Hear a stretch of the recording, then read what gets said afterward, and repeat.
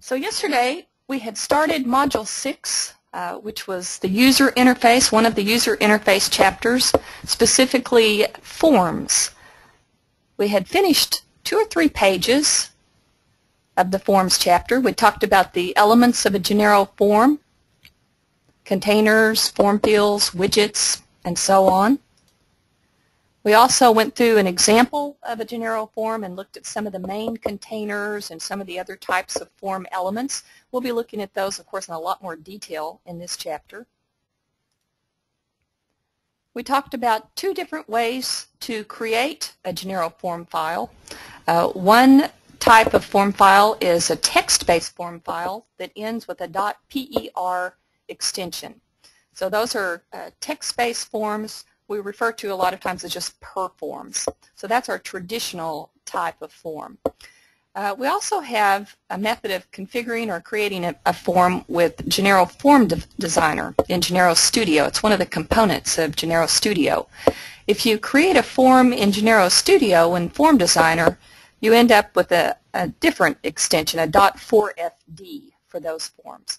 But either way that you create a form, when you compile the form, you get a .42f extension, and what you're getting is an XML document. And we talked previously about at runtime, when the form is built, that XML is loaded into memory and becomes just a node in the abstract user interface tree. I believe this is where we stopped yesterday. We were talking about form specification files, specifically the text-based style form, the .per file. There's a set of defined sections in a .per file, and they have to be in a specific order. I just had a pop-up that says, like I did a couple of days ago, that say I might be having degraded audio. Very quickly, can you give me a hands up if you can still hear me? Everybody still hear me? Carol's good. Okay. All right. False alarm then. Thank you. So there's these special defined sections in a .per file. Some of them are mandatory, some of them are optional, but if you use them, they do have to be in the same order that you see here on the slide. Schema, then action defaults, those are optional. Top menu, toolbar, more optional sections. But if you do use them, this is the order that you have to use them in. So let's take a look at some of these sections here as we go along. So the first 2 sections, the schema and action defaults section, the schema section's optional. Most of the time with business applications, you'll find that you use the schema section because you have to use it if you're working with a database. So anytime you're working with a form that interacts with a database, you have to have this schema section. And if you remember from yesterday, the idea is to specify not the actual database that you're connecting to here, but that meta schema that we learned how to extract from a database yesterday. So we use the schema section, specify the meta schema file that we've already created at this point, and then you can define fields on the form and use these fields in terms of database tables and columns, and it gets the information it needs from the schema file. Action defaults is an optional section in a .per file. The only time you need to use the action defaults section is if you want to define locally action defaults for that specific form. Now remember from yesterday we talked about action defaults files, one of the resource files that is actually an XML file where you can store or centralize all the attributes for your actions. So in most cases, you'd probably want to use the special action defaults file so that you can centralize everything and everybody's using the same attributes for all the actions. But there might be cases where you have a specific file where you do want to use different attributes for your actions than your defaults, your global defaults that you've set up. So this is one way to do it, right? You can actually define the action defaults in the form. And if you define them in the form, they're going to override anything that's in an action default resource file. So here's one place to do it in the action defaults section, and a bit later we'll see that you can actually define attributes for actions in the attributes section as well. We'll talk more about it here in just a minute. The layout section is mandatory, right, because that's where you're actually creating the visual of the form. This is what the form's going to look at. It has all of your form containers, all your form items confined within the layout section. So that is a mandatory part of a form, a .per form. The table section is optional, and of course you only use the table section to define tables that you're working with when you're working with a database. So if you're working with a database, you have a table section. If you're not working with a database, you don't need it. The attributes section is mandatory, and the idea with the attributes section is to actually describe the properties of all the elements that you have in the layout section, or some of the elements in the layout section. For example, edit fields, like we see here. This is just a common form field that allows data management or data entry by the user. Grab a highlighter here. This equal sign is associating this form field with a specific screen record member, right? In this case, a database column. There's some attributes you can associate with that. This one's going to be required, require input from the user. There's a comment to give the user a hint. Down here at the bottom, another example of a form item that can be described in the attributes section. This is a button, right, an action view that we're defining. Since this isn't working with a column in a database, we don't need to specify the equal sign to associate it with the screen record, right, the screen record member. So instead we use a colon here. And in the name of this button, the action name is print.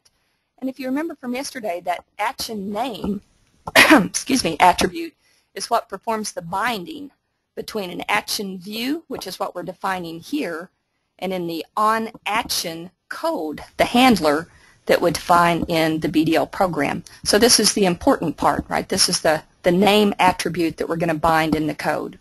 The rest of this text attribute here, this could be defined in the action defaults file. So again, this is another place where we can override the attributes in an action default file for a specific form. And now we've talked about two places we can do that. We can do it in the actual action default section of the form that we talked about previously, or we can do it down here for the specific button here in the attributes section. If we put it here in the attributes section, this has the highest priority. So this wins, right? So if the text here is print report and you have the text for the button up in the action default section, then this specific button down here, the text will be print report. This has the highest priority. Then there's an instructions section, which is optional. Typically, if you're using the instructions section, it's because you're working with array data. We can use that section to define screen arrays. And if you're using non-default screen records, typically we generate automatically a screen record to define all the records, for example, in all the members of a database table, for example. So typically you get a default screen record, but if you want to specify your own screen record, you can do that here.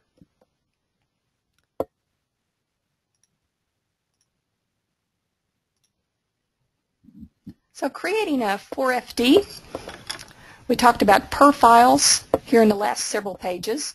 If you're working with Form Designer, you don't have all these individual sections like we saw here. It's not a text-based form. Instead, you're working graphically in Form Designer to create the form. So an easy way to create a form is there's a special option that we'll look at here in a second called Form from Database. So you can actually go in and specify the database, the table, the columns that you want represented in your form, and it will build the form automatically. And then you can tweak that form and add items to it, perhaps add buttons, labels, additional containers and items as you please. But this gives you a good starter form to work with. It makes things easier. So that's creating a 4FD. Let me just show you that real quickly. I think this is a fine place to do it. So here in Genero Studio, if you just go to File, New, and go to the Genero Files category, right down here under Sources, you've got this option for Form from Database, which is what we were just looking at. There's also an option to create just a plain old empty form, right, so that you add all the containers and do all the work manually. You also have this option to create a .per file, right, the text-based forms that we were looking at in the previous pages. Let's use this Form from Database. So the dialog here, the first screen, prompts you for the database. We're going to use the Office Store database for our new form. Has all the tables. It's getting all this information from our SCHEMA file that we've been talking about. So here's all of the tables. I'm just going to go ahead and pick the account tables fine. Well, I'll pick a smaller one. That's easier to manage for demonstration purposes. Let's go with category. And then over here you can pick your individual columns if you want to and move them over to this side. Or you can just select them all. I'm just going to pick them all. So once you've selected the columns in your table that you want to work with, you can either click Finish and it will go ahead and build your form from there, or you can click Next and go on to the next page of the dialog. Now this next page is asking you more information about your form. If you don't go into this page and select a specific container, it'll automatically pick what they call the grid container. That's your basic container that's typically used just for displaying a single record of information. If you're working with array data, you're wanting to display a list of rows, then you would work with some of these other types of containers, scroll grid, table, or tree containers. And we'll see those a bit in the future. So here I'm just going to use the grid container, and then down here I have all these options on how I want the form items to be arranged. The default is to have a form label on the left and the actual field on the left, but I can pick these different options to move things around or arrange them differently. This option puts the label on the right and the field on the right. Third one, label left and field right. So you get the idea. It's just how do you want your labels and fields aligned on the form. You can also work with your label and field properties here. Most of the time you won't be too interested in that until you really get in depth in your form design. So I'm going to go ahead and click Next here. And it just shows you all the different properties, or not all of them, but a few of the properties for your different form fields that you can actually edit here, and it saves you time and effort when you're working with your form later. For example, this cat pick column, instead of making that an edit field, an edit widget, I can go in here and say, well, I know that's being used to display an image, and I'm getting that image from a database column, so I can create or convert this from an edit widget to a form field image widget so that I can display this image from the database. So that's doable inside Form Designer later, or you can do it here just to save a few minutes later on. And at this point, that's all the options I have. So I'm going to click Finish here. And then there's my default form, right? So it goes ahead and configures the form, and this is what it looks like when you first finish the wizard. And then from here you can do all kinds of things to your form. You can extend it, you can add additional containers, you can add buttons or labels, anything you like. And we'll be looking at some of the options for forms as we go along. But there's the option there to create a form from database. While we're in here, there's your earlier we talked about it automatically generating a default screen record. So here's the screen record that it generated based on all of the columns in the database table that we selected. So that's created for us with a .4fd. And then down here is our form elements, all of our form components. Stretch that out a bit so you can see it. And you can see that we have a simple grid container that we selected when we ran the wizard. And then here's all of our form items. We've got our labels, our edit fields associated with them. And then down here is our cat pit column. And we told it that we wanted to use a form field image widget instead of an edit widget for that. So it's already done for us. Now we could do it here Right? Let's say we wanted to change this one. There's a Convert Widget option here in Form Designer. So I could do the same thing here. I could go and select this Form Field Image widget, and that'll convert it from an Edit widget to that. So there's more than one way to do anything in Form Designer. Down here are the properties. So we'll pick one so you can see the properties. And this is where you can manage all the attributes. What we call attributes in a .per file, we call properties in a Form Designer file. So here's all the different properties that you can specify for a label, the text that you want to be displayed on the label, and so on. So that's how you configure attributes in Form Designer. They're actually called properties.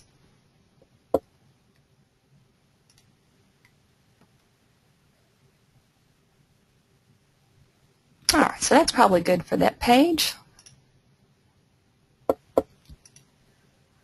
So some of the layout containers that we can work with are listed here on the screen. We won't go into them in detail here, but we'll look at several of them here as we go through the chapter.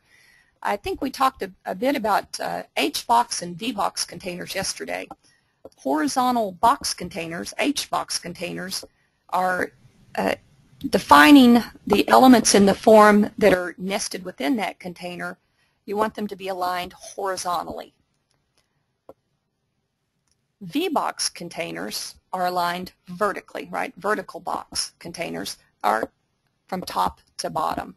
So a lot of times a fairly complex form, you'll see at the very top of the tree a VBOX container, for example, because the form is arranged or aligned from top to bottom. And then within that VBOX container, you might see several other nested containers or child containers within that VBOX. Group containers are used to group items in a form. It creates a line around the items, and you can have an optional label for the group, or title, I guess you'd call it, for the group. Folder containers look like folders that contain pages, and pages are also containers. You can have additional nested containers inside of a page container. We saw a grid container a minute ago. That's our basic container that we use to display records. Table containers, scroll grid containers, and tree view containers are typically used working with arrays for lists of records. So here's a layout example. Remember, we just talked about the sections for .per files, and we said that the layout section is mandatory. And you can see here why the layout section would be mandatory. This is where we're actually defining the form, the visual look and feel of the form. So here's an example of a per file that has several containers. The top level container there you can see is a VBOX. So this form is going to be aligned vertically. And inside this VBOX, notice we have a beginning and an end here, the VBOX and the end VBOX. Within that VBOX container, we have additional containers. We have a group and a table child container inside the VBOX container. So the group items and the table items are going to be aligned vertically with the table container underneath the group container. But within the group container, we have another nested container, the grid container. And this grid container is actually a child of the group container. It's not considered a child of the VBOX container. So all the items inside the grid can be arranged horizontally, if you like. So they're arranged according to the group.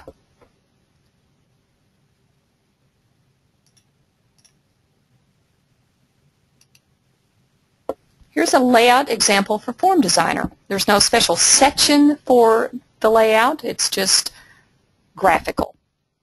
So this is a bit more complex than the .per file example we just saw. But here's the VBOX container.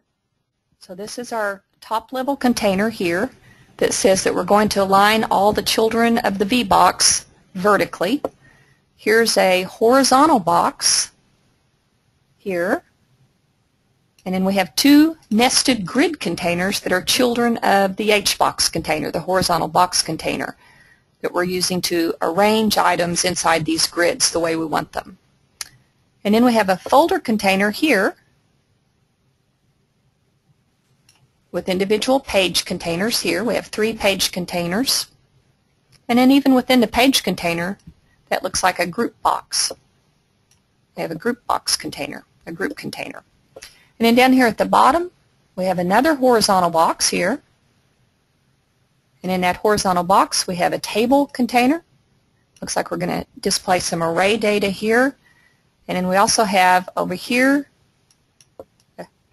probably a grid here with a group.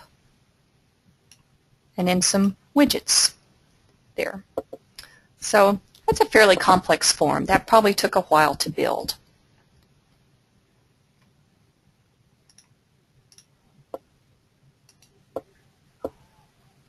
Container attributes.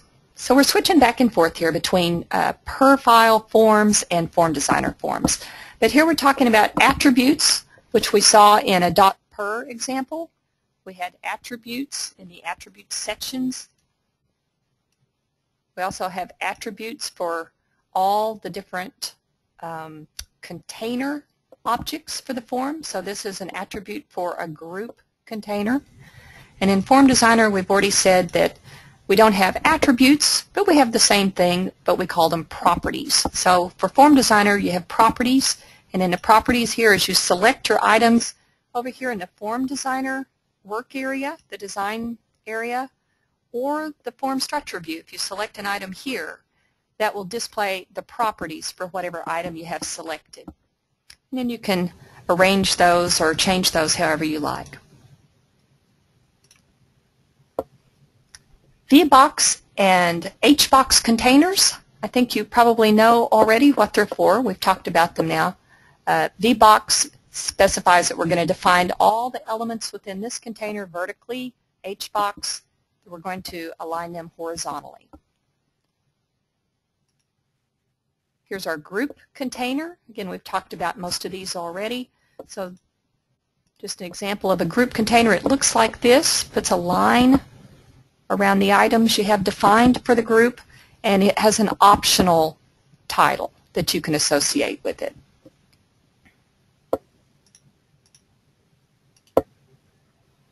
Here's a folder container that you can use to display page containers. And those page containers are folder tabs. That's what you see here. The folder tabs are representing the page container associated with them.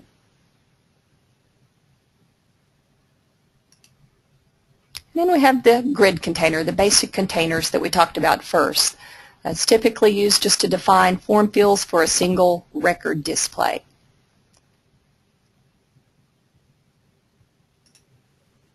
Scroll grids are just like grid containers, except they have a scroll bar. Right? So they look just like a grid container, but the scroll bar is there to display multiple records. So you could use a scroll grid to display a list of records like array data if you wanted to. That's one of your options as an alternative, for example, to a table. And there's the table container. That's what people typically use to display array data as a table container. So the idea is to define a list of records or display a list of records. The first line of the table area can be text that you use to define column titles, descriptive text. And then the second line has to be field item tags that define the columns receiving the data. And of course you can tell just from looking at this, we're talking about a .per file in this example. So for the text-based file, here's the rules. So here's what the table looks like. Here's an example for a .per file in the layout section. Here's our table definition, and then there's that first line that they said could be descriptive text, and then the additional lines are defining our layout for our records. And then down here in Form Designer, it's much simpler, not as much work. You just specify that you want to add a table container. You drag and drop it into the form where you want it, and this is what you get. So it does all the work for you.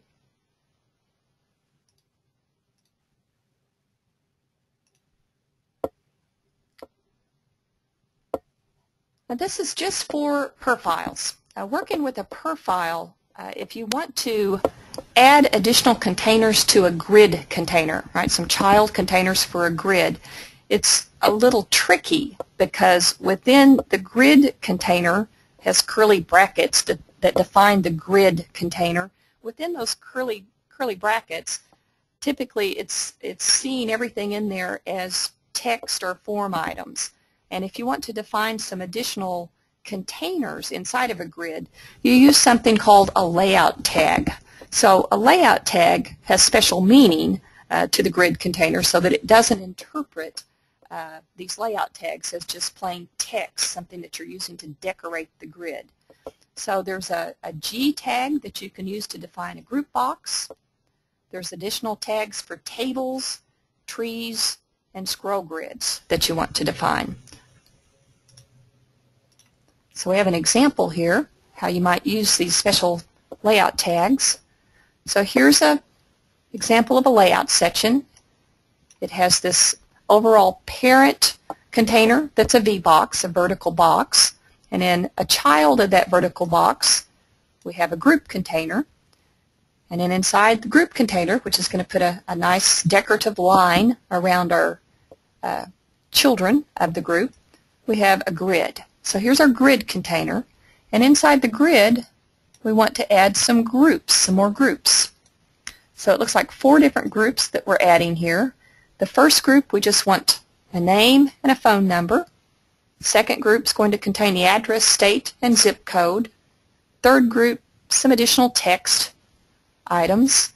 Fourth group, more text items or form items. So we use these tags, the G tag, since it's a group, and then you can clearly see where one group finishes being defined and we add a second and a third group. So that's how you use layout tags. The idea there is to keep the grid container from interpreting the group information as text. So that's only necessary, again, with .per files. This is something you don't need to worry about if you're working with Form Designer. Some common form elements.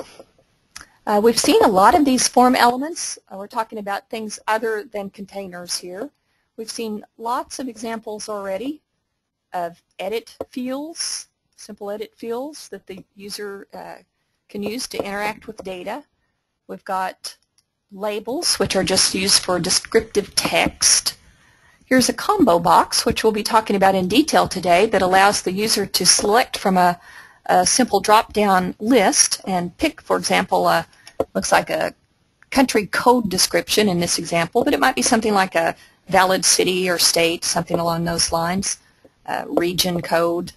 But it lets the user pick from a list of values. And we'll learn how to configure combo boxes today, I believe. We'll get to that.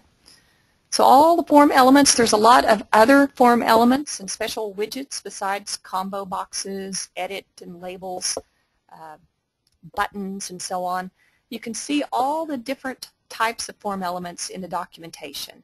So if you look for form item types in the form attributes section of the documentation, these are all covered in detail, along with some usage examples for all of them.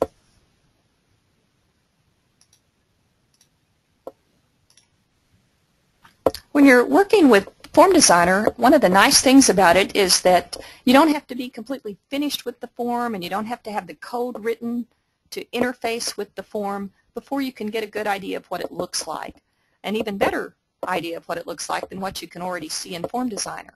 There's a preview option under the Build menu in Genero Studio, and you can click that preview option and it will give you an idea of what that form is going to look like when it's built at runtime.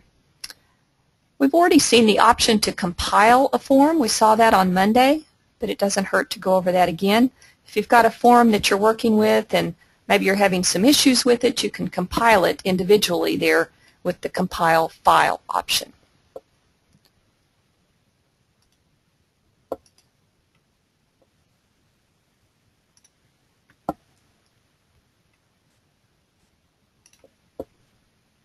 Let's see if it'll let us. There we go.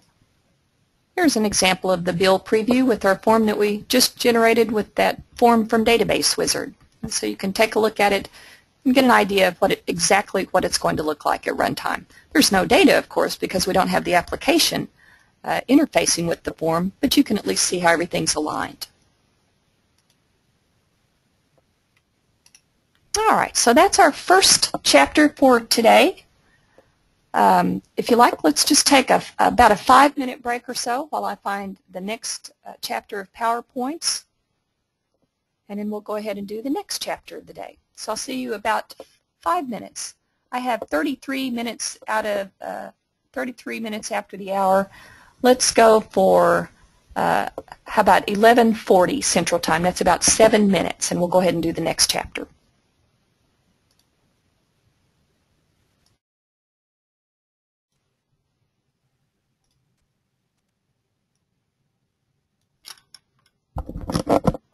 Okay, Module 7 is on searching the database with query by example. It's a fairly short chapter, if I remember right, so maybe this one won't be as long as some of the chapters we've had the first day or two. So searching the database, by the end of this module, you should be able to implement a query by example. In fact, that's your lab assignment for this afternoon if you choose to do the labs. You should be able to handle query cancellations and errors, retrieve multiple rows of data from the database by working with cursors. So we've got several interesting things to talk about today.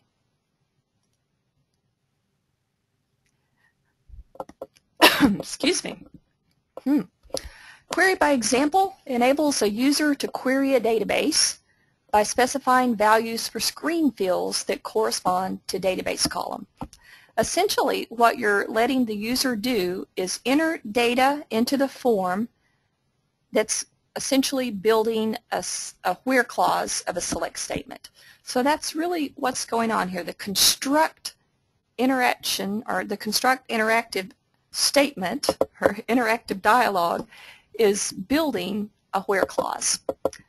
And the user is defining the columns that are going to make up the where clause with the query by example.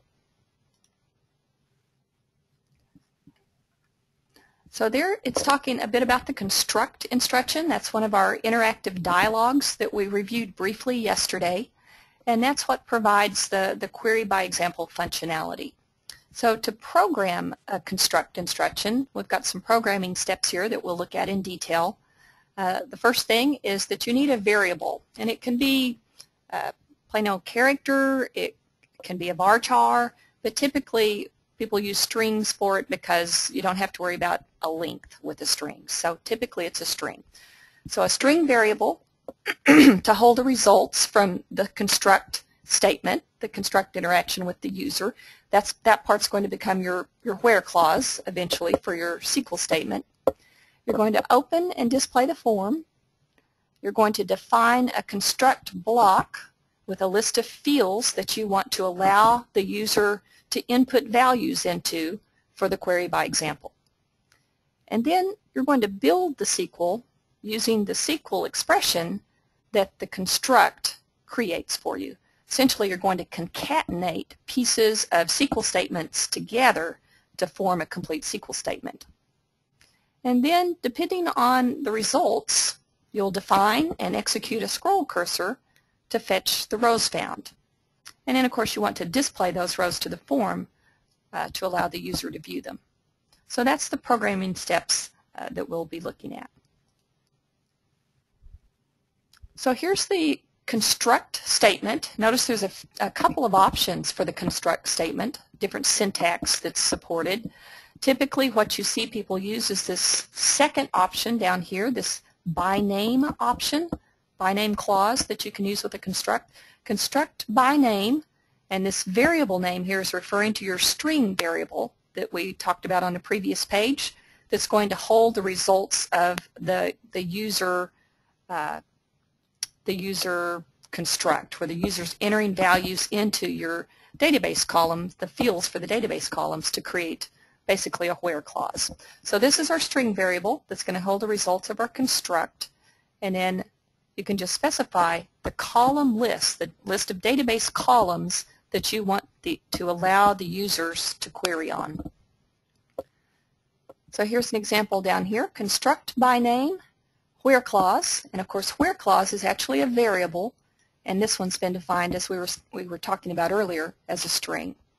And then down here are the list of columns, and by the way, something that's probably important to talk about is the construct statement temporarily binds these specified form fields that were the users working with in the form to the database columns. So construct by name, where clause on account.userid, account.firstname, and so on. Whatever columns you want to allow the user to query on. You don't have to allow them to query on all of them. You can specify it here with this on clause.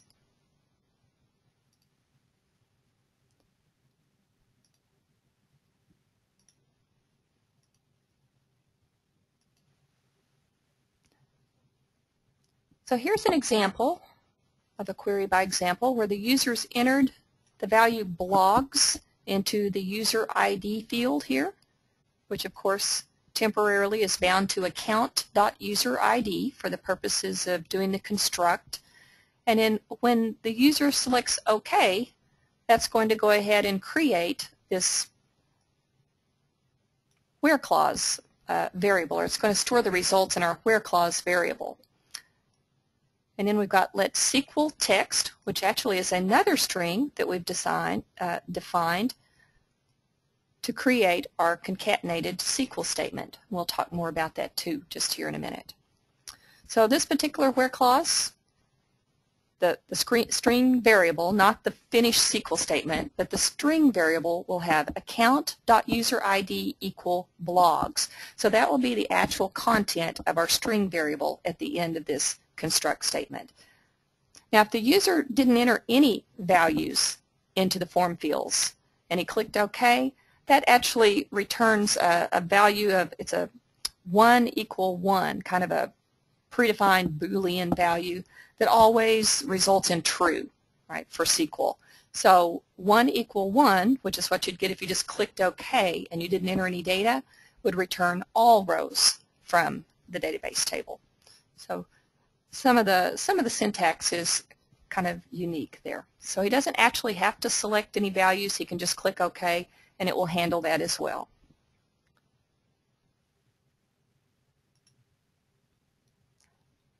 So you get this, you get this concatenated string back from the construct statement, or you get the where clause, the variable, back from the construct statement, and you concatenate it, which I didn't go through. Let me point that out again. Right down here, here's where we're actually building a select statement from the pieces and parts of SQL that we have.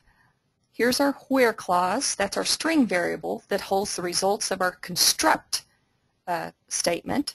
And then this is just hard-coded SQL that we're typing in to create a SQL statement. And then we're just concatenating the two together. Now in this case, we're just concatenating two parts of a SQL statement.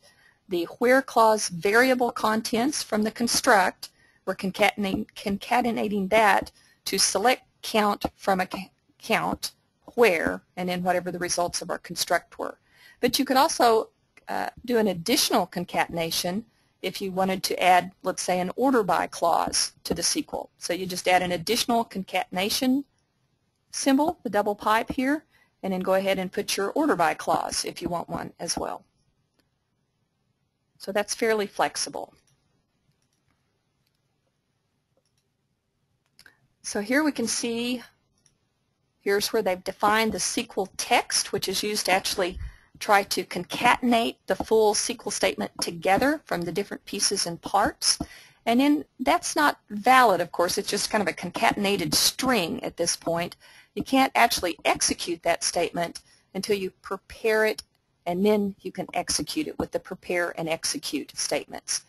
So we talked about dynamic SQL when we were talking about working with a database. So you should be fairly familiar with the idea that you can prepare some SQL text, all kinds of different SQL options for prepare. With plain old static SQL, remember there's not that many supported SQL statements, but if you use prepare and execute, it opens up a whole world of SQL options or SQL statements that you can create. So we prepare and then execute the SQL statement, and you can use this execute into, like we're using here in this example, if you're sure that the SQL statement's only going to return a single row.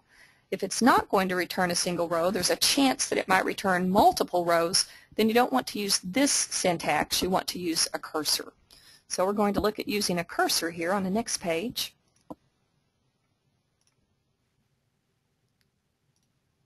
And typically that's what you'll see. Anytime you're using query by example, it's more common to see people use a cursor because you're always expecting, or it seems like there's always a possibility, unless you're looking for something like a count, like we saw on the previous page, that it might return multiple rows. You're going to pass the selected to the data to the program, one row at a time with a cursor. You can define what sometimes people call a normal cursor, but it's, I guess, really known as a sequential cursor, which only goes one direction, and that's forward. So you can just have a simple cursor that only goes forward and can move through the set one time, or if you want your users to be able to browse through the result set backwards and forwards, you can define what's called a scroll cursor. And so the users can go forward or backwards with scroll cursors. It actually creates a temporary table that holds the result set until you close the cursor. So that's a scroll cursor. We can go backwards or forwards with a scroll cursor, but we can only go forwards with a sequential or a simple cursor. So to work with cursors, we have some cursor-specific statements. There's a declare. You have to open the cursor, which creates the resources for the cursor and returns the result set. Fetch a row, and again we can go forwards or backwards if we've defined a scroll cursor. When we're finished with the cursor, we need to close the cursor and then free the cursor to free up all the resources. And of course, in the case of a scroll cursor, that would also close the temporary table and free up the resources for that. So some special statements to work with cursors. So here's an example, some of the statements we were just looking at. Here's a function called account select, and this function is receiving as a parameter that string variable that we were talking about earlier to receive the results of the construct. So this has kind of our fragment that's going to make up our where clause. And in here they're defining it locally as p where clause. Here's our SQL text variable that's going to be a string that's going to hold the end result of our concatenated SQL statement when we do the concatenation. And then a simple small int here that's going to act as a flag, fetch OK. So here's let's SQL text, here's our string variable, equals select star from account where, and then we're concatenating this fragment that's going to make up our where clause that was created by the construct. And then notice this one is also concatenating an additional SQL fragment that has our order by clause. So you end up there with SQL text with a complete SQL statement, but of course in its current state it's not executable. So here they're using the prepare, and they're preparing this is just a statement identifier is how they refer to this, query statement from this SQL text string that we've created with our concatenation, and then they're declaring a scroll cursor for that statement that we're preparing. And then here's the open, and then there's additional, of course, cursor handling. The other option that's nice when you're working with scroll cursors is you have another way of managing dynamic SQL with this declare from. So if you're working with cursors, you can say declare from, and that takes the place of the prepare and execute. You don't actually have to have those. So you can use either syntax that we have here. This is the simplest. Declare cursor, in this case it's a scroll cursor, account scroll cursor from your concatenated SQL.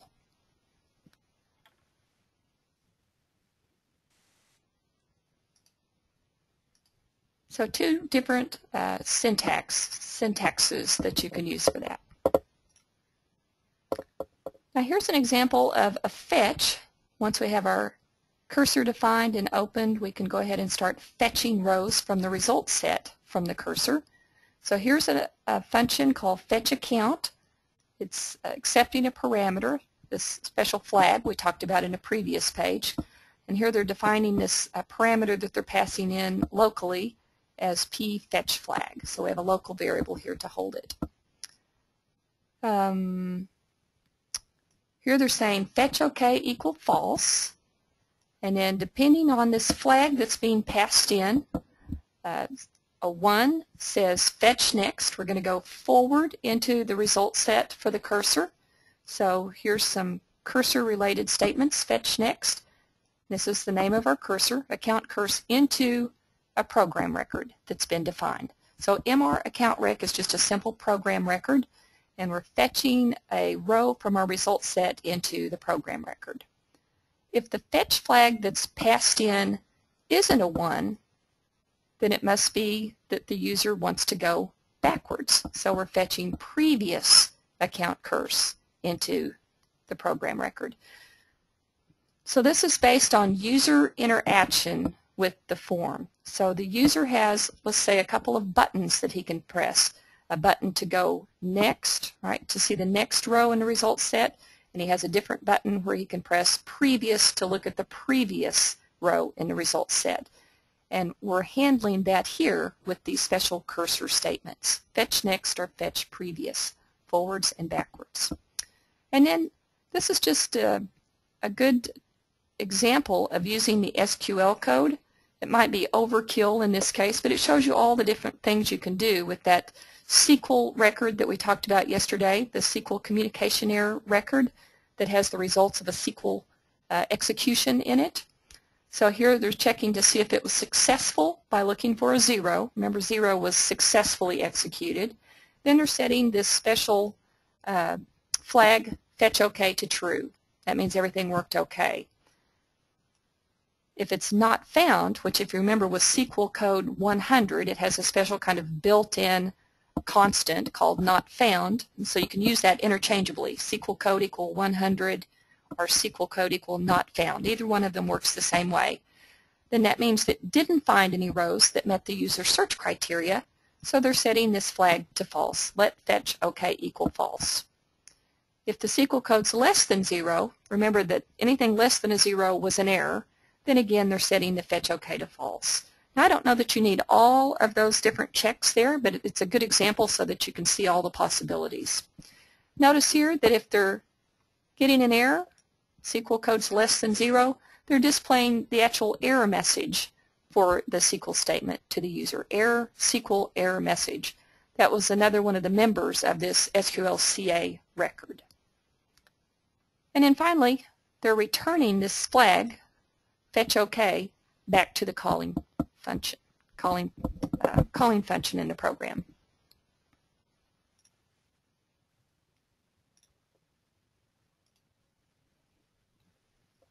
And then to display selected rows. So here's a function called fetch rel account, and here's our fetch flag, the flag that we saw in the previous function. Now notice that this function actually calls the fetch account function, which is the function we just looked at on the previous page. So this one calls the fetch account function and passes it the fetch flag, and the flag's determining whether we want to go forwards or backwards. And this of course depends on user interaction. Did the user press next or previous? Determines what we're sending to the fetch account function. And then the fetch account function gets executed, and remember it returned this fetch OK flag. And now in this function it's checking that flag, and if it was a successful fetch, then it's going to display the row. And to display the row, it's actually calling another function called display account. Not a whole lot to the display account function. It's down here at the bottom. It's small enough to fit into our slide. All it has in it is display by name, and then there's our program record that we've been using to hold our fetched rows, mraccountReg.star. So that displays it to our corresponding screen record or form screen record.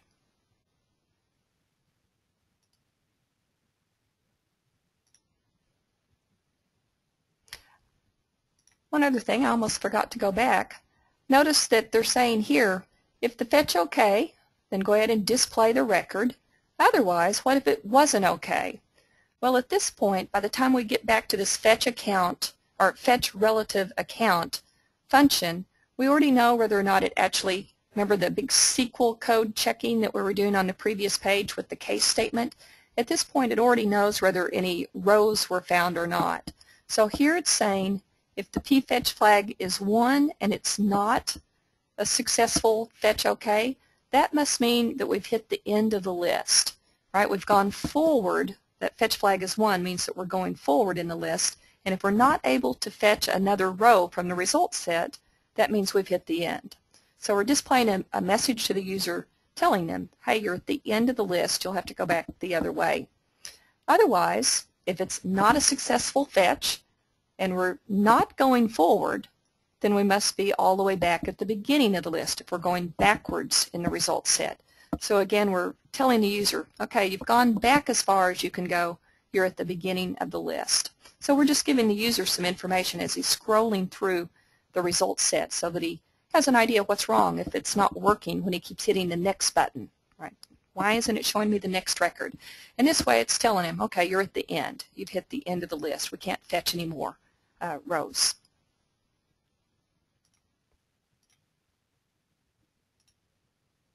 So once we're finished working with the cursor, and the user's finished working with the cursor, there's a cleanup routine. This one does the cleanup in a special function. You don't have to use a special function, but it's nice to modularize it this way.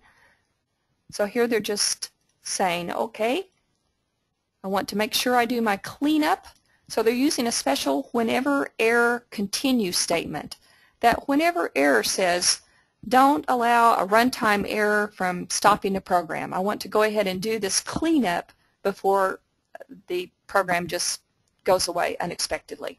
So this gives you a chance to do things like closing, freeing resources from cursors.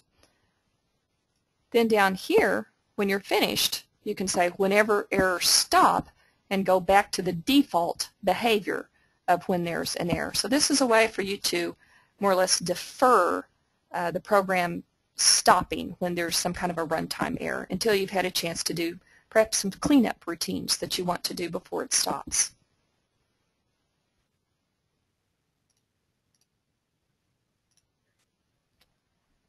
And kind of in that same mode, we're talking here about allowing the user to cancel the query or interrupt the query. So a couple of nice things to talk about on this page that I don't think we've talked about before. BDL is pretty smart, and during interactive dialogues, if it sees that it's necessary, it can actually predefine or create some actions for you that you haven't even defined in the code, right? You may not have an on-action accept or an on-action cancel, for example. These are two pretty commonly used predefined actions. You'll see those with the construct interactive dialog, for example. The accept is needed so that when the user types in, let's say, values for the query fields and he has to hit OK, if you haven't predefined an accept or an OK, then there's nothing there for him to press. So BDL is smart enough to go ahead and predefine an action to give that user the ability to hit OK when he's got all of his search criteria entered that he wants to use in the query by example. So accept is a predefined action, and it will actually associate by default a button.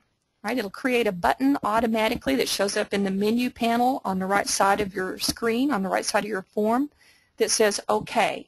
That's the default text that's been configured for this accept predefined action. And it also will define a cancel button in case the user decides to cancel out of the query by example. So these are actions that you don't even have to define in the application code. You also don't even have to define an action view for them, because BDL will automatically do both. It'll predefine the action and handle the action, and also predefine an action view for you. These buttons are the default action view. Now let's say you decide that you don't like buttons. What you can actually do is go in, and we'll be talking about top menus and toolbars later today. Let's say you prefer that type of a menu structure. So you go in and you can actually define action views in your top menu or toolbar that use the names of these predefined actions, accept or cancel, and instead of it creating these default buttons on the right-hand side of the screen, it'll automatically bind these predefined actions with your defined action views. So if you want to create your own action views instead of using these default buttons, you can certainly do that, and just make sure you use these names, accept and cancel, and it will attach them to your action views automatically. Now, defer interrupt prevents a program from stopping if there's an interrupt, like somebody hits Control-C, for example, on Unix or Linux, or hits a delete key, for example. So again, the same idea there. You've got some things that you want to do, perhaps some cleanup routines, or finish out a certain piece of code before the program terminates. So what you can do here is say defer interrupt. And that says, I'm not allowing interrupts right now. But if you do defer interrupts, then that makes you responsible for checking to see if the user has tried to initiate an interrupt. And the way you do the checking for it is using this kind of predefined global variable called int flag. It's a built-in variable. Essentially, it's a true or false. Right, so let int flag equal false, and then do what you like there, and that's kind of resetting it. And if it's true, this is where we're checking to see if the user's tried to perform an interrupt during some sort of execution of the code. Then we're going to set it to false, clear the form, let continue OK equal false, and then give the user a message. So that's a controlled way of handling an interrupt. We're deferring the interrupt until we have a chance to maybe do some cleanup and handle the interrupt gracefully. So that's the idea there.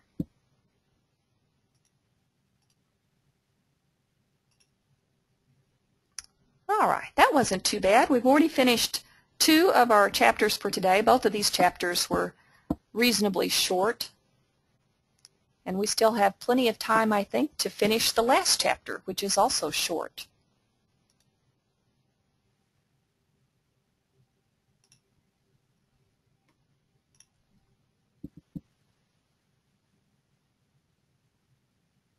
So let's go ahead and pop right into Module 8.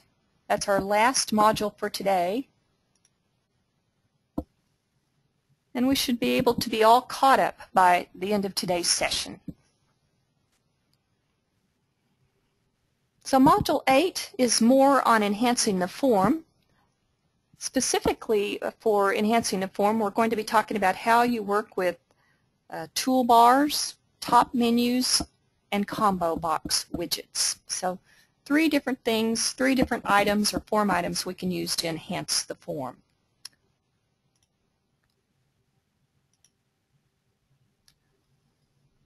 Top menus. Well, a top menu and a toolbar both are just another view for your actions, right? Instead of using buttons, which is our default action view, you can choose instead to use top menu items or toolbar icons for your action views instead of buttons for your action views.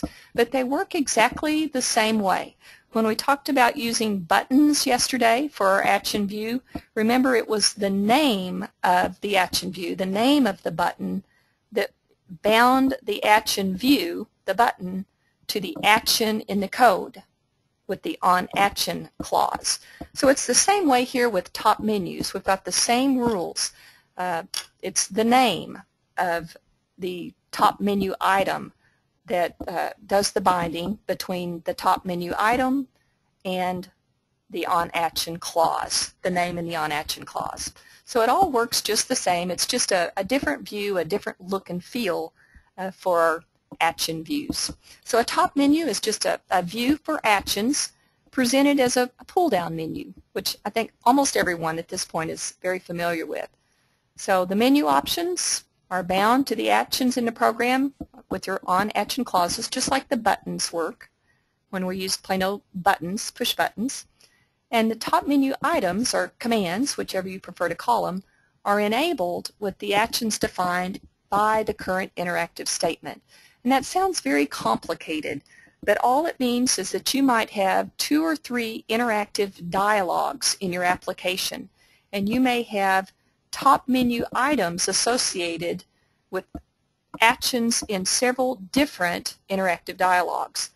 Those items will be grayed out or disabled until the interactive dialogue is active where they're defined. So, and I'll explain that hopefully in a more clear way as we go along. I'll show you some examples because it still sounded complicated, much more complicated than it really is. So to define a top menu, here we're talking about per files and form designer files, or form designer forms. You can define top menus at the form level, or just like action defaults that we talked about yesterday and some this morning, you can define a top menu in a special resource file, an XML file that ends with a .4tm extension. And the benefits are the same for top menus that they were for action defaults. The idea is if you define them in an XML file and a .4tm file, they're reusable. And you can load these top menus at what they consider or call the interface level so that all your forms have access to the top menu. So that's kind of a way to create a global top menu, for lack of a better word. So that's one of the nice things about a 4tm file. So it allows you to reuse a top menu with multiple forms. Otherwise, if you bind a top menu to a specific form by creating the top menu in the form, like in a .per file in the top menu section, or in a form designer form, if you define it in the structure view or in the design view of form designer, what you're doing is binding that top menu to a specific form. So that way it's the only time you can use that top menu is with that specific form, and it gets built when the form gets built. So 2 or 3 ways that you can work with top menus. Here's what it looks like if you define it in a .per file, right? The text type form we've been talking about. There's the top menu section that we talked about in the forms chapter today. We have individual groups of commands for the top menus. And then within the groups we have our actual commands. And the other thing that you can have inside the group is a separator. Creates a line between commands that perhaps you don't feel are directly related. You want some separation between the commands. Notice the command name, like the one I have highlighted first, that's the part that we talked about that is important for binding the action view, which in this case is a top menu item, a command, to the on action first in the code. So here's the name that has to tie back to the on action clause and be identical. On action first will be in the code. Now the rest of this, the text equal first, those are just additional attributes for a top menu command level node. And this ties back again to our action defaults. If you didn't have this text information here on this line where you're defining the command, it will look for the attributes in the action defaults file that you're using. So if you have it here, it will override whatever's in the action defaults. So again, you could centralize all this text information here. These are attributes for action views that you could define in an action defaults file. But you could also have them here, and if you have them here, it overrides the action default file. So here we have 2 groups. We have a group called Navi and a group called Options. So that's going to create our top level, top menu options. And then when you click on them to see the drop down, these will be the individual commands in each group that you see in the command section.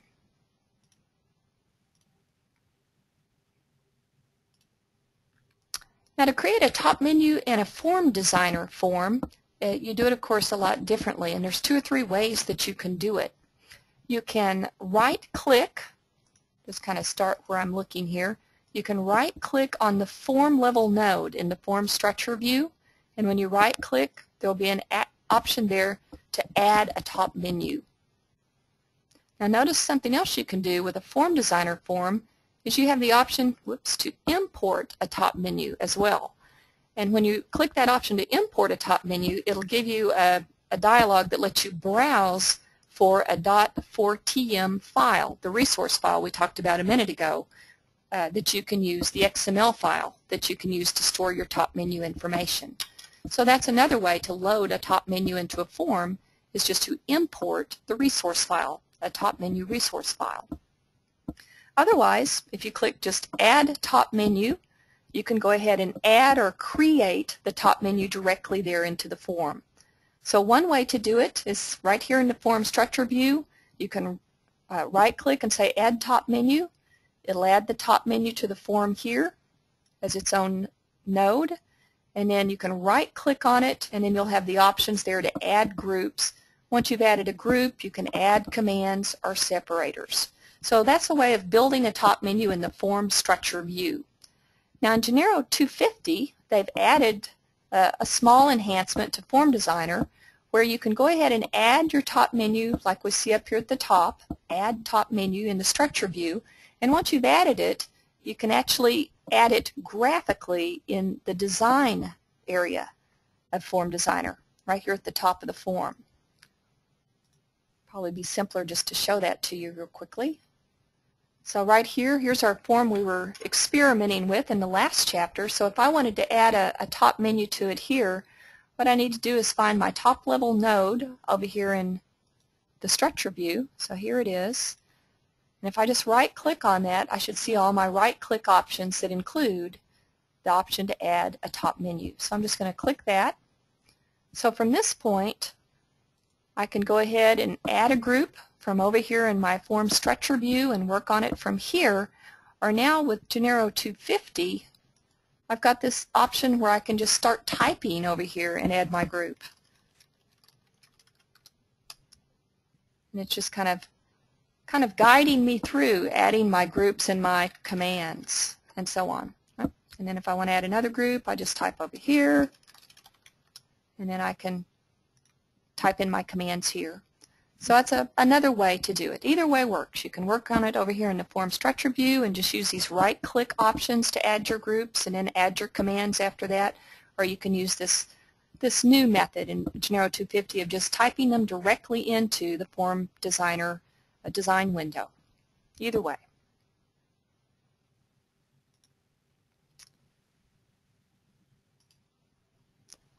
So here is the XML resource file that we talked about. You can just store all of your top menu information in a resource file, and then you have control over what forms use this top menu.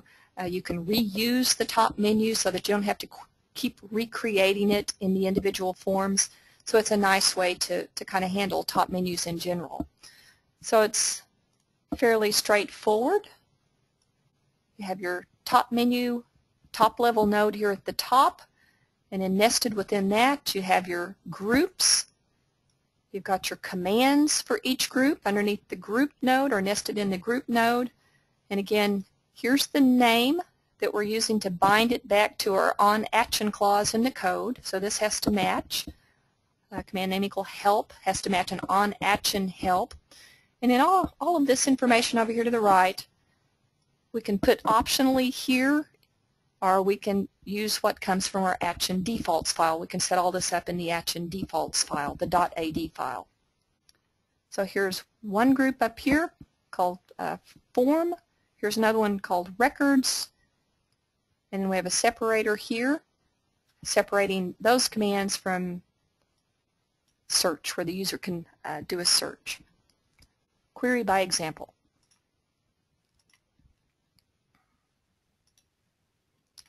Toolbars work very much the same way as top menus. So a lot of the information we just went through for top menus is going to look very familiar here. Toolbars will look very familiar to what we just talked about. So a toolbar is just a different kind of action view.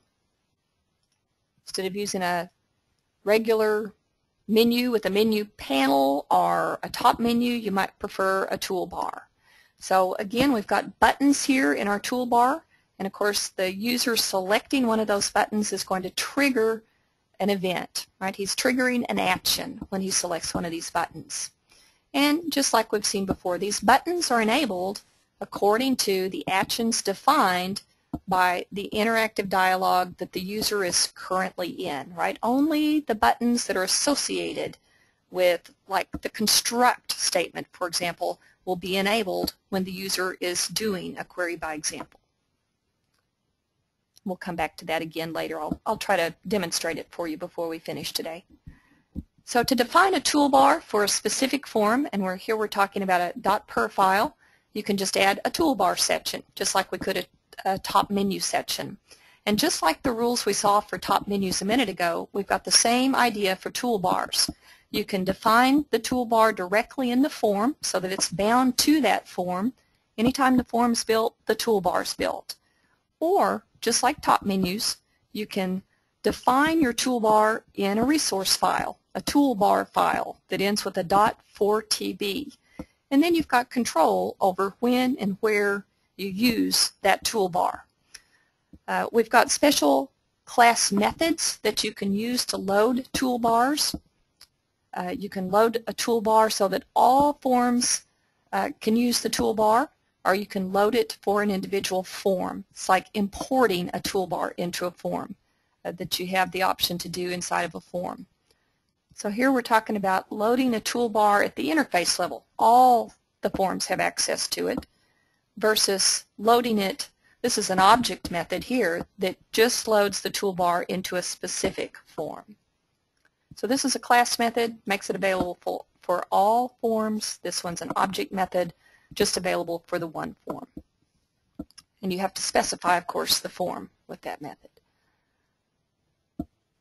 So for .per files, if we want to embed the toolbar in a form, we can add a toolbar section to a .per file. For Form Designer, we create the toolbar just like we did a top menu, so that will look very familiar here in a page or two. Or we can define the toolbar in a resource file. So here's what the toolbar definition looks like in a per file. You have your toolbar section. So I have a toolbar and an end toolbar. Then we have our items for our toolbar. Here's our item names, and this does our binding. So the name of the item here has to match what's in our code in the on-action clause, on-action find. So here's all of our item names. There's the separator that you can use to separate items in the toolbar, and then item close. And some attributes again. We can put our attributes here like this, or we can get them from our action defaults file where we have them centralized.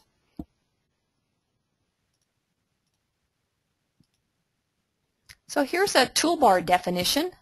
So remember, it's just a regular resource file like the other resource files we've been talking about. So it's an XML file, ends with a .4tb.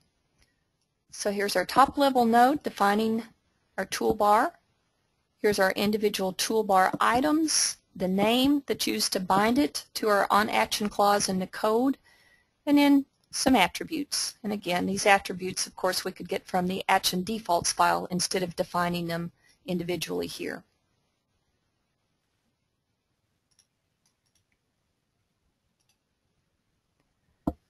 Combo boxes. This is our last topic in the chapter. It's talking about a combo box widget, which is a data handling widget that allows a user to select an option from a list of values, a drop-down list of values. So it makes it easier for the user to enter data into a form.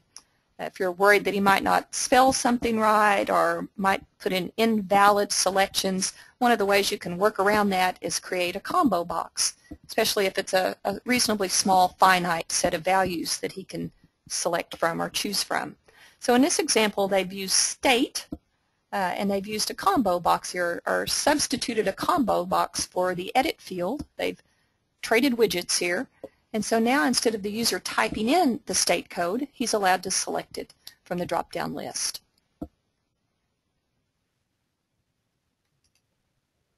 So to define a combo box, over here in the form structure view, if you're working with Form Designer forms, you can just right-click, we saw this earlier, and there's an option to convert widget. So here, instead of converting the widget to a form field image, like we were looking at earlier today, we'd pick combo box, right? So here I'm going to change this widget, this edit widget, to a combo box widget. And then down here, once you've got your combo box defined, here in the properties, this is just further down typically, we usually have our form structure view, and then most people use the properties view right below that. Of course, all of the different views in Genero Studio are flexible. You can move them wherever you like, but typically that's where we put them. It's form structure view, and then the properties view is usually right under that. But here's where you can specify the items for the combo box. You can hard code the items like we see here, or you can use an initializer function to define the combo box list of items dynamically at runtime. For example, let's say you want to get your list of states from a state table. So you can actually define a function to interact with the database to read in those the data, the rows from the database, and fill the combo box dynamically at runtime. When we get to Chapter 12 on Friday, we'll actually look at how to load a combo box dynamically using an initializer function. And we'll be using some methods from a special combo box class that's used specifically to do these things, to be able to load a combo box dynamically at runtime, perhaps from a database table. So we'll learn more about this on Friday. So think of this as like an introduction to combo boxes. And here you can see how to fill the combo box with static values by just manually entering them here for items.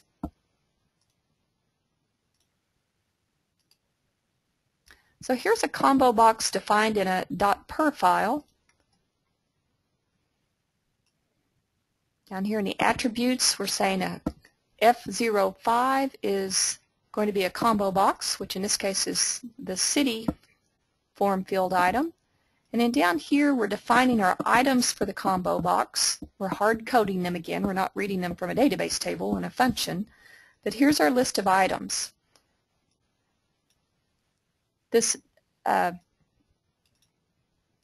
value here is the actual real value for the combo box. In other words, this is what's actually stored in the underlying form field.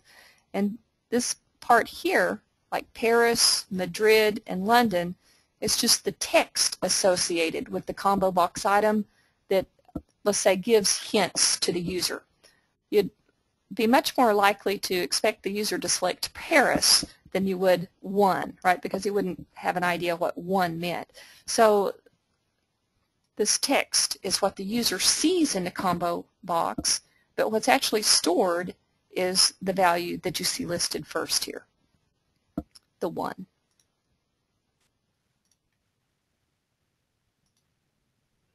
All right, so there's a quick introduction to combo boxes, and again, we'll revisit those on Friday to learn how to load them dynamically with some of these special combo box methods.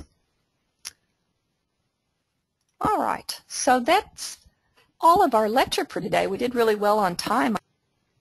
So one of the things we've talked about is the fact that these action views are disabled and enabled according to the interactive instruction that's currently active. So let's see exactly what that means. It sounds fairly complicated, but it's really not that bad. So let me pop up this application. Pull it over here where you can see it. Now this is just a simple query by example. And here I've got a toolbar here and a top menu. Notice these are grayed out, right? So that's all it's really talking about, is these are not available right now because the users in the construct statement right now, we're doing a construct. I have these fields available to type query information into, values into.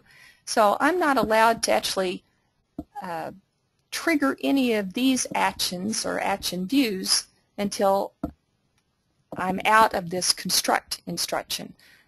And notice, well, I'll go back to this in a minute. So now when I click OK, now I'm able to go ahead and access these. Next and previous and so on. Now that leads me to talk about something else. We talked about predefined actions a minute ago. So here's a perfect example of predefined actions. In my code, get rid of this form here. For this query by example, it's being stubborn. There we go. In the code for this, notice I have an action query. I've got an action next, right? You can see the action views associated with those that I've configured. I've got an action exit I've actually defined here in my top menu. Kind of a silly example, but I was just tinkering. And then an on action close. Now, we'll talk about the on action close too here in a minute. That's kind of a special thing to talk about. But notice that nowhere in here in my menu do I have an action OK or cancel configured. So VDL actually pre-configured these action views and actions automatically because they're required for this construct instruction that we're working on. So it will automatically create those. Now what I could do if I don't like this menu panel over here with these predefined action views in them is I could go ahead and over here in my top menu or my toolbar, I could go ahead and create action views for them, like menu items or toolbar items for them, and then make sure I name them except this OK is underneath the covers. The name of this action is actually accept and cancel. And then if I do that, then this action view panel over here, this menu panel, isn't necessary anymore. So it'll just essentially be an empty menu panel. The OK and cancel buttons won't appear there anymore. So instead, they'll show up here in my action views that I've configured for them. But here's the default, right? The default is to create these buttons in a menu a menu panel on the right-hand side. Trying to hurry a bit because we're about to extend our time. So that's what those are, predefined actions that VDL creates automatically for you. You don't have to do those. They're just there. But you can define action views for them and just make sure you use the appropriate names, accept or cancel, and then it will automatically bind the actions to your action views that you've defined. Let's see. Now the other thing I wanted to mention was this on action close. I don't think we've talked about that yet at all. Pop the screen up here. What that's referring to, the on action close, is what allows a user to click the X in the corner. That's the close button. If I didn't have the on action close in my menu, the user could click on that red X all he wanted to, and it would have no effect. So the action, kind of a very specific action for close, talking about the X, being able to close the form with the X. So I thought this would be a good place to mention that since it's right there looking at us. All right. So I just wanted to show you a few things there that we've been talking about, but I didn't have really a good example until we looked at that form.